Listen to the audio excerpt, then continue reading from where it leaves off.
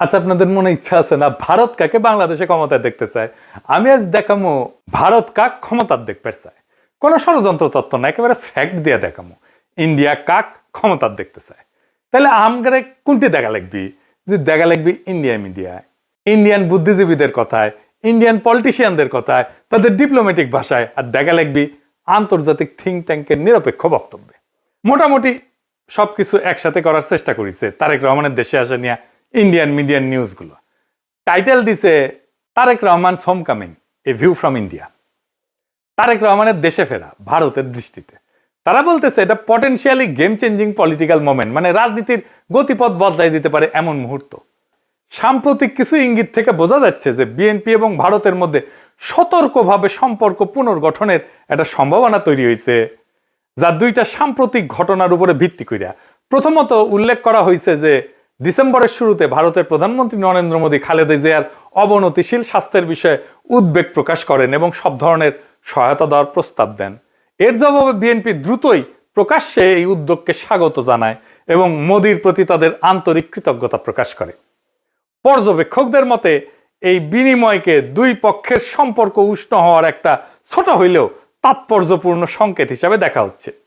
ভারতীয় কর্মকর্তারা হয়তো রহমানের, মানে তারেক রহমানের নেতৃত্বাধীন বিএনপিকে বাংলাদেশের জন্য আরো প্রেডিক্টেবল, উদারপন্থী এবং গণতান্ত্রিক বিকল্প হিসাবে দেখতে পারেন। এবার আরেকটা স্টোরি দেখি। ঢাকার রাজনীতি শেখ হাসিনার বাইরে সরে যাওয়ায় ভারত হাত বাড়াচ্ছে বাংলাদেশ জাতীয়তাবাদী দলের দিকে। এখানে বলা হয়েছে মোদী যে খালেদা জিয়ার স্বাস্থ্যের খোঁজ নিচ্ছে সেটা হইতেছে সিগন্যাল যে বিএনপির সাথে এনগেজ হইতেছে ইন্ডিয়া হাই লেভেলে। বুঝে চাও? ডেকান হেরাল্ডে কয়া হইতেছে বাংলাদেশে শেখ হাসিনার বিকল্প হিসেবে তারেক রহমানের বিএনপির দিকে ঝোঁকের ইঙ্গিত দিচ্ছে ভারত। তো এই যে সম্পর্ক, এটা অনেক আগে থেকে শুরু হয়েছিল। এইটা ইন্ডিয়ান ফরেন মিনিস্ট্রির ব্রিফিং এ একটা প্রশ্ন ওঠে, একজন জার্নালিস্ট এটা প্রশ্ন করে। এইটা প্রথম আলো রিপোর্টেই আসছে। এটা বলতেছে একজন সাংবাদিক প্রশ্ন করেন 2018 সাল থেকে ভারত লন্ডনে অবস্থানরত বিএনপির নেতৃত্বের সঙ্গে যোগাযোগে ছিল এমন প্রতিবেদন বিষয়ে, পাশাপাশি বিএনপির কোন নেতা বাংলাদেশে ফেরার আগে ভারতের ক্লিয়ারেন্স নিয়ে কি কোনো আলোচনা হয়েছিল কিনা এ বিষয়ে প্রশ্ন করে। বিএনপির প্রিয় প্রথম আলোতেই এটা আছে। এটা এমনকি ইন্ডিয়ার ফরেন মিনিস্ট্রির ওয়েবসাইটও আছে এই আলাপটা। আর এটা রিপোর্ট করেছে ইকোনমিক টাইমস।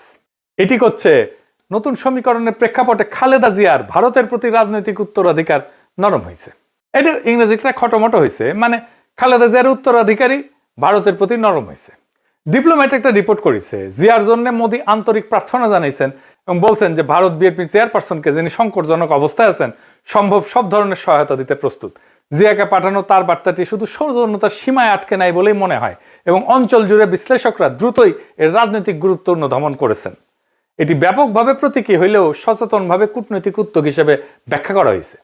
একটি সংকেত যে ভারত বাংলাদেশের পরবর্তী সরকারের সঙ্গে উষ্ণ সম্পর্ক গড়ে তুলতে প্রস্তুত, যা এই মুহূর্তে জিয়ার বিএনপি গঠন করতে পারে বলে মনে হইতেছে।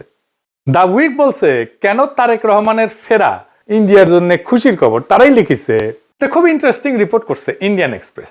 এটা প্রিমিয়াম কন্টেন্ট, মানে আপনাকে টাকা দিয়ে পড়া লাগবে। শিরোনাম হইতেছে দশকের পর দশক প্রতিক্রিয়াশীল নীতির পর ভারতের প্রতি নিজেদের অবস্থান পুনর্নির্ধারণের সুযোগ পেয়েছে বিএনপি। বাবা, মেলা সুযোগ দিছে। তারা কি এই মুহূর্তটি কাজে লাগাতে পারবে?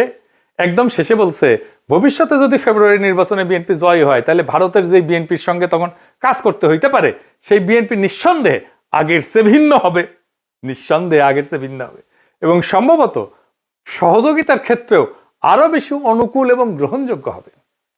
আবার একটা জিনিস কথা বলছে, খুব ইন্টারেস্টিং কথা। বিএনপি স্ট্র্যাটেজি ঠিক করে দিচ্ছে। বিএনপি এই পথে কতটা অগ্রসর হবে তা অনেকটাই নির্ভর করবে দলটির পপুলিস্ট আবেগকে তুষ্ট করার প্রয়োজন এবং একই সঙ্গে রাজনৈতিক পরিসরটা জামাতের হাতে ছেড়ে না দেওয়ার কৌশলগত হিসাবের উপরে। বিশেষত গত এক দশকের বেশি সময় ধরে রাজপথের শক্তির উপরে নির্ভর করার অভিজ্ঞতার পর একই সঙ্গে বিএনপিকে সবসময় সচেতন থাকতে হবে আওয়ামী লীগের ক্ষমতায় ফেরার পথ তৈরির প্রচেষ্টা সম্পর্কে। শেষ পর্যন্ত ইতিহাস বলে দেয় যদি বিএনপি 15 বছর ধরে প্রায় গোপন অবস্থায় থেকে নেতৃত্বের একটা বড় অংশ নির্বাসনে বা গৃহবন্দী থাকা সত্ত্বেও আবার জাতীয় রাজনীতির কেন্দ্রমঞ্চে ফিরে আসতে পারে, তবে আওয়ামী লীগও ঠিক তেমনটাই করতে সক্ষম। মানে বলে দিতেছে, মনে রেখো আওয়ামী লীগ আবার ফিরে আসতে পারে। বাংলাদেশের রাজনীতিতে আওয়ামী লীগকে সমঝে ছিল। ইংরেজি যেহেতু কইছে ঠিকই কইছে, তাই না? ভারত এবং বিএনপি উভয় উগ্র ইসলামপন্থী জামাত ইসলামীকে দূরে রাখার বিষয়ে আগ্রহী। এর লক্ষ্য হইল ভারত বাংলাদেশের সাথে ক্ষতিগ্রস্ত সম্পর্ক পুনর্গঠন করা এবং নিষিদ্ধ আওয়ামী লীগের রাজনৈতিক বৈধতা পুনঃপ্রতিষ্ঠার জন্য একটা সুযোগ সৃষ্টি করা। বুঝতে চাও? মানে আওয়ামী লীগকে আবার ফিরে আনার সুযোগ সৃষ্টি করার জন্য বিএনপির সাথে কাজ করবে ইন্ডিয়া।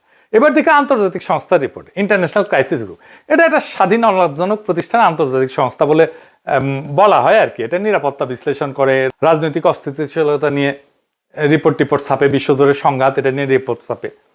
তারা গবেষণাও করে, মাঠ পর্যায়ে তথ্য, কূটনৈতিক নেটওয়ার্ক, বিভিন্ন দেশের রাজনৈতিক পরিস্থিতি নিয়ে রিপোর্ট প্রকাশ করে। এবং এই ইন্টারন্যাশনাল ক্রাইসিস গ্রুপ ভারতের উপর নিয়মিত রিপোর্ট প্রকাশ করে, বিশেষ করে কাশ্মীর, দক্ষিণ এশিয়ার নিরাপত্তা, ভারত পাকিস্তান সম্পর্ক, মানবাধিকার এবং আভ্যন্তরীণ রাজনৈতিক উত্তেজনা নিয়ে। এরা লিখিচ্ছে এটিও মনে হয় যে বাংলাদেশের রাজনৈতিক শক্তিগুলোর মধ্যে এই দলটি ভারতীয় স্বার্থ এবং উদ্বেগকে সম্মান জানাতে সবচেয়ে বেশি আগ্রহী ও গ্রহণযোগ্য অবস্থানে রয়েছে। অতীতে দলটিকে প্রায় ভারত বিরোধী হিসেবে দেখা হইলেও সাম্প্রতিক সময়ে তারা নিজেদের অবস্থান সংযত করার উদ্যোগ নিছে, জামাতে ইসলামের সঙ্গে দূরত্ব সৃষ্টি করছে এবং আওয়ামী লীগ যে ধর্মনিরপেক্ষ রাজনৈতিক পরিসরটি আগে দখলে রেখেছিল তার একটি অংশ দখলের দিকে অগ্রসর হয়েছে। বুঝছাও?